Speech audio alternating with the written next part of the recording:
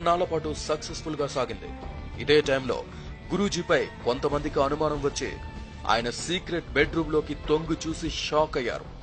అతి కష్టం మీద సీసీ కెమెరాల ఫుటేజ్ సంపాదించారు. విషయం తెలుసుకున్న గురూజీ మ్యాటర్ లీక్ చేయకుండా ఉండేందుకు 10 లక్షలు బేరం పెట్టాడు. అయినా విననందుకు చంపుతానని బెదిరించాడు. చివరకు దేవిశ్రీ రహస్య భాగోతం కన్నడ మీడియా చేతికి చిక్కింది.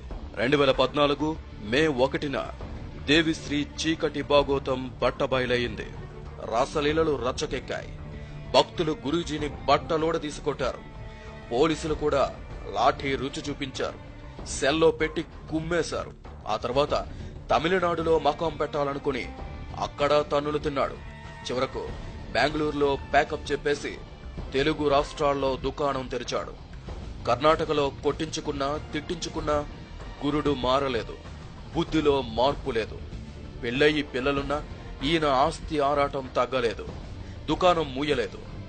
తాజాగా తెలుగు ప్రజల మనసు దోచుకున్నానని తెగ సంబరపడిపోతున్న దేవిశ్రీ బుధవారం రాత్రి 2015 సంవత్సరానికి సంబంధించి లైవ్ లో రాశి ఫలాలు చెబుతానని ఊదరగొడుతున్నాడు.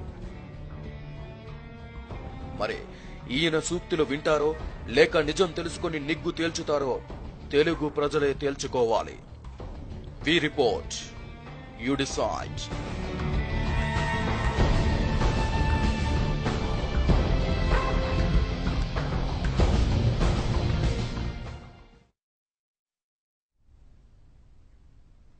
మరింత సమాచారాన్ని మా ప్రతినిధి క్రాంతి అందిస్తారు. క్రాంతి, చెప్పండి, దేవిశ్రీ లీలలు ఎలా బయటకు వచ్చాయి? అయితే ఇదంతా చూస్తూ ఉంటే దేవిశ్రీ భాగవతం ఇక్కడ వరకు పెద్దగా తెలియదు అనుకోవచ్చా?